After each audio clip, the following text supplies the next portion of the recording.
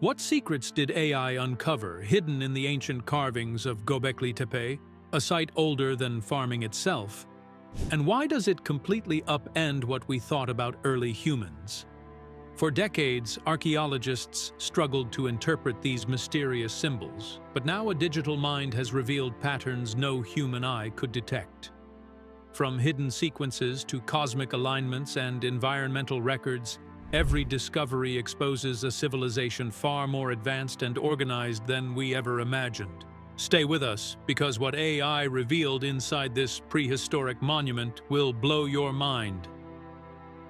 A hill that refused to stay quiet.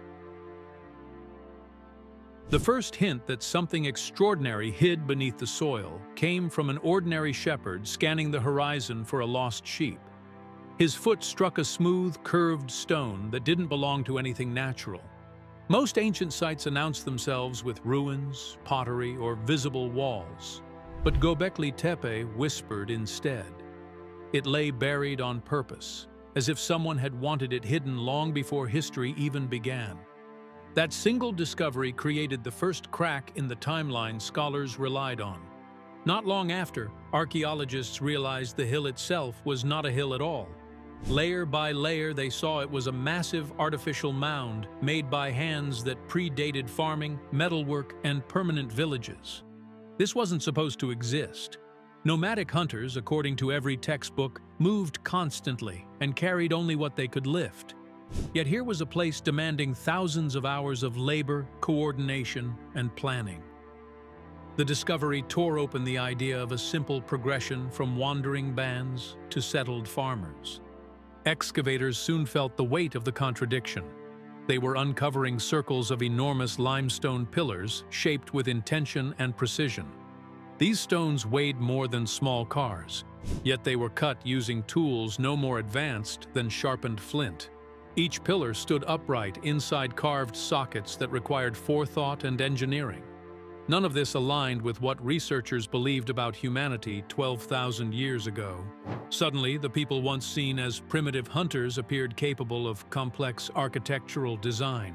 Another shock surfaced when researchers examined the layers surrounding the structures. There were no signs of farming, no fields, and no domesticated grains. Instead, the bones belonged to wild animals caught in seasonal migrations.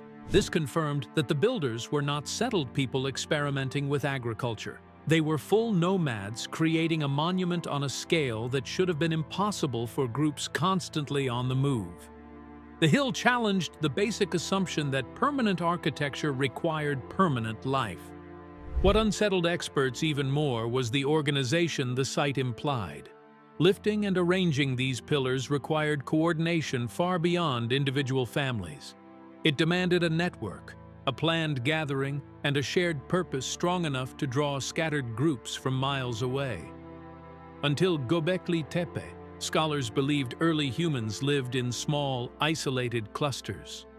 Now it appeared these communities united to build something greater than their daily survival. The hill revealed a social world far older and far more sophisticated than expected. As the digging continued, researchers noticed something astonishing. The site was repeatedly rebuilt across many generations.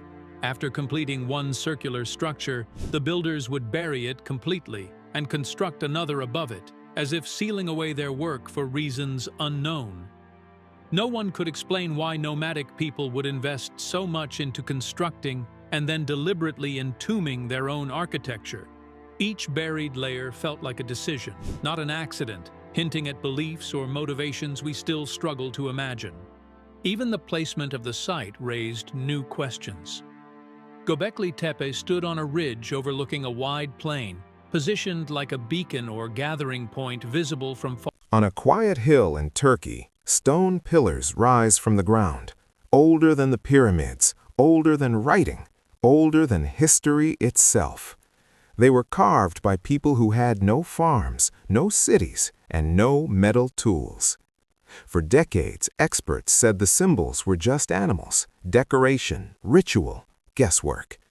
But now, artificial intelligence has scanned every carving, every angle, every pattern, and what it found wasn't art at all. It was a message, and it may have been meant for us. Mini cliffhanger? Why would hunter-gatherers leave a warning for a future that didn't exist yet? For most of modern history, the story of civilization sounded settled, simple, logical, almost comforting. First, humans learned how to farm, food became reliable, people stopped moving, villages formed, and only then, when life was stable, did humans find time to build monuments, temples, and symbols of belief. That story shaped everything we thought we knew about the past. Stone tools meant simplicity, hunter-gatherers meant survival, and complex ideas, religion, astronomy, shared meaning, were supposed to come much later. For generations, archaeologists worked inside that framework. Anything that didn't fit was explained away or ignored. Because according to the old model, people without agriculture couldn't organize large groups, they couldn't plan massive projects, they couldn't feed workers, they couldn't think in abstract systems, and they definitely couldn't carve meaning into stone meant to last thousands of years. So when scattered stone fragments were first noticed beneath a hill in southeastern Turkey, no one paid much attention. It looked natural, broken, unimportant, just another mound. But buried under that hill was something that should not exist, at least not according to the story we trusted. A place built before farming, before villages, before civilization was supposed to begin. And once that hill was opened, the old story could no longer hold. When archaeologists finally dug into that quiet hill in southeastern Turkey, they expected very little, maybe a forgotten settlement, maybe scattered tools, nothing unusual. Instead, the earth opened to reveal massive stone circles, carefully arranged, deliberately carved, and impossibly old. At the center of each circle stood towering T-shaped pillars. Some weighed more than 20 tons. They weren't rough stones dragged into place by chance. They were shaped, smoothed, positioned with intent, and carved into their surfaces were animals, foxes, snakes, boars, vultures, etched in sharp relief as if they were meant to be seen, remembered, and understood.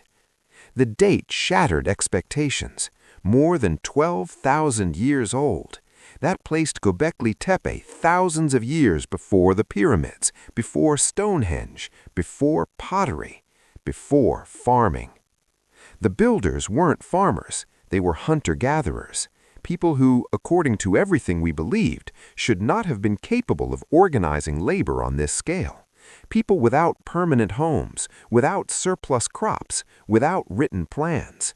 And yet they quarried stone, transported it, carved it, and arranged it into precise enclosures again and again. Even more unsettling, they didn't live there. No houses, no hearths, no signs of daily life. Göbekli Tepe wasn't a village, it was something else. Something that demanded cooperation, planning, and shared meaning long before survival was supposed to allow for it. At first glance, the carving seemed simple. Animals frozen in stone. Snakes coil across pillars. Foxes stretch forward, alert and tense. Boars bare their teeth. Vultures spread wide over headless human figures. These were not calm scenes. They were sharp, aggressive, intentional. And they repeated. The same animals appeared again and again across different stone circles, across different pillars, carved by different hands. Not randomly, not evenly. Certain animals clustered together, others never appeared side by side. Some pillars even seemed to resemble human figures themselves, arms carved along the sides, hands resting near the waist, belts etched into stone. If these pillars were human-like, then what were the animals? Totems? Spirits? Stories? No one could agree. Some researchers thought the animals represented clans. Others suggested hunting magic or shamanic rituals. Some believed the carvings were nothing more than art, symbols without deeper meaning. But that explanation never fully worked. Why repeat the same images across the entire site? Why carve them with such care, only to bury them later? Why place certain symbols facing inward, hidden from view? The questions stacked up faster than the answers. And the most puzzling detail of all was this: Göbekli Tepe wasn't built once. It was rebuilt, modified, buried, then built again. Generation after generation returned to the same hill, carving the same symbols, as if they were preserving something they could not afford to lose. For decades, Göbekli Tepe became a place where interpretation went in circles. Every expert saw something different. A fox meant one thing to one person, something else entirely to another. The problem wasn't effort, it was scale. Hundreds of carvings, thousands of relationships, symbols repeating across space and time. A human mind can compare a few pillars at once, maybe a dozen. But Göbekli Tepe wasn't built to be read in isolation. It was a system. Patterns stretched across enclosures, across distances no one could easily hold in memory, across generations of carving and rebuilding. Bias crept in quietly. Researchers looked for what they already believed. Ritual experts saw ritual. Myth scholars saw myth. Astronomy researchers saw the sky. Each interpretation explained part of the site and left the rest untouched. And then there was the burial. Layer after layer of stone and debris, packed deliberately, carefully. Not destruction, preservation. Why seal something so precisely if it had no meaning? By the early 2000s, archaeology had reached an uncomfortable pause. The site was famous, but its message remained locked. Göbekli Tepe was no longer asking, "What does this symbol mean?" It was asking something more unsettling. What if the carvings weren't meant to be understood one at a time? What if meaning only appeared when every symbol was seen together? That question changed everything, because solving a system like that required a different kind of observer, one that didn't forget, didn't assume, didn't tire. For decades, Göbekli Tepe became a place where interpretation went in circles. Every expert saw something different. A fox meant one thing to one person, something else entirely to another. The problem wasn't effort, it was scale. Hundreds of carvings, thousands of relationships, symbols repeating across space and time. A human mind can compare a few pillars at once, maybe a dozen. But Göbekli Tepe wasn't built to be read in isolation. It was a system. Patterns stretched across enclosures, across distances no one could easily hold in memory, across generations of carving and rebuilding. Bias crept in quietly. Researchers looked for what they already believed. Ritual experts saw ritual. Myth scholars saw myth. Astronomy researchers saw the sky. Each interpretation explained part of the site and left the rest untouched. And then there was the burial. Layer after layer of stone and debris, packed deliberately, carefully. Not destruction, preservation. Why seal something so precisely if it had no meaning? By the early 2000s, archaeology had reached an uncomfortable pause. The site was famous, but its message remained locked. Göbekli Tepe was no longer asking, "What does this symbol mean?" It was asking something more unsettling. What if the carvings weren't meant to be understood one at a time? What if meaning only appeared when every symbol was seen together? That question changed everything, because solving a system like that required a different kind of observer, one that didn't forget, didn't assume, didn't tire. The breakthrough didn't come from a new excavation, it came from a new way of seeing. Before any interpretation could begin, Göbekli Tepe was turned into data.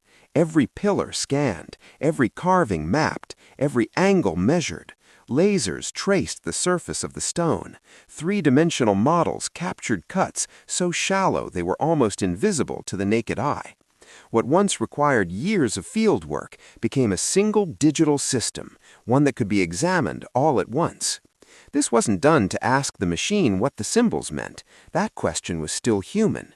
The task was simpler and more dangerous: find patterns.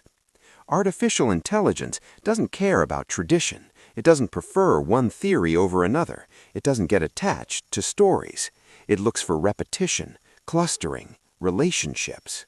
Where humans saw isolated carvings, the system compared every symbol to every other symbol across the entire site simultaneously. It tracked distance, orientation, frequency, and association, and patterns began to appear. Certain animals showed up together far more often than chance would allow.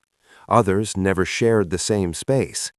Some symbols shifted position depending on where they appeared within a circle. Even more unsettling, these relationships stayed consistent across different enclosures, some built centuries apart. This wasn't decoration, and it wasn't random. The carvings were following rules no one had been able to see before. That single date changed the tone of everything, because when the sky arrangement on that pillar was traced backward, it did not point to a celebration. It did not mark a harvest. It did not align with a ritual calendar. It lined up with a moment when the world itself may have shifted. Around that time, the climate changed suddenly. Temperatures dropped, ice returned, floods spread, animals vanished. This period is known as the Younger Dryas, a violent interruption in Earth's warming cycle. One moment, the planet was stabilizing. The next, it wasn't. Some scientists believe the trigger came from the sky, fragments of a comet, a cosmic impact, firestorms, shock waves, and long winters that reshaped life on Earth. The pillar did not show flames or falling rocks. It didn't need to. Instead, it recorded the sky exactly as it appeared, as if the builders were saying, "This is when it happened." If that interpretation is even partly true, then Göbekli Tepe wasn't built to worship the heavens. It was built in response to them.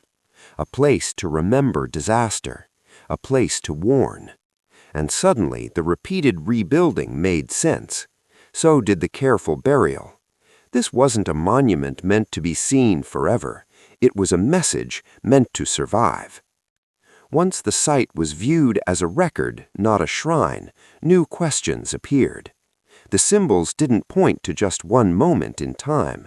They repeated in cycles, small shifts, slow returns, as if the builders weren't focused on a single disaster, but a pattern. Some interpretations suggest they understood the sky as rhythmic, not random, not safe. Long cycles of calm, followed by sudden breaks. This may explain why the site wasn't used once, then abandoned. It was revisited, rebuilt, updated, each generation adding to a memory they did not want erased. How they gained this knowledge is still unclear. Some believe it was inherited, passed down by people who lived under open skies, watching the stars night after night for thousands of years. Others wonder if this knowledge survived something older, something lost. But regardless of its source, the intent feels consistent. They were not trying to predict the future. They were trying to prepare it. Their view of time wasn't linear. It didn't move forward and forget. It turned, returned, repeated. And that may be the most unsettling idea of all. Because if Göbekli Tepe is a warning carved into stone, and if the sky still follows the same cycles, then the message may not be about what already happened. It may be about what always happens, and what might happen again.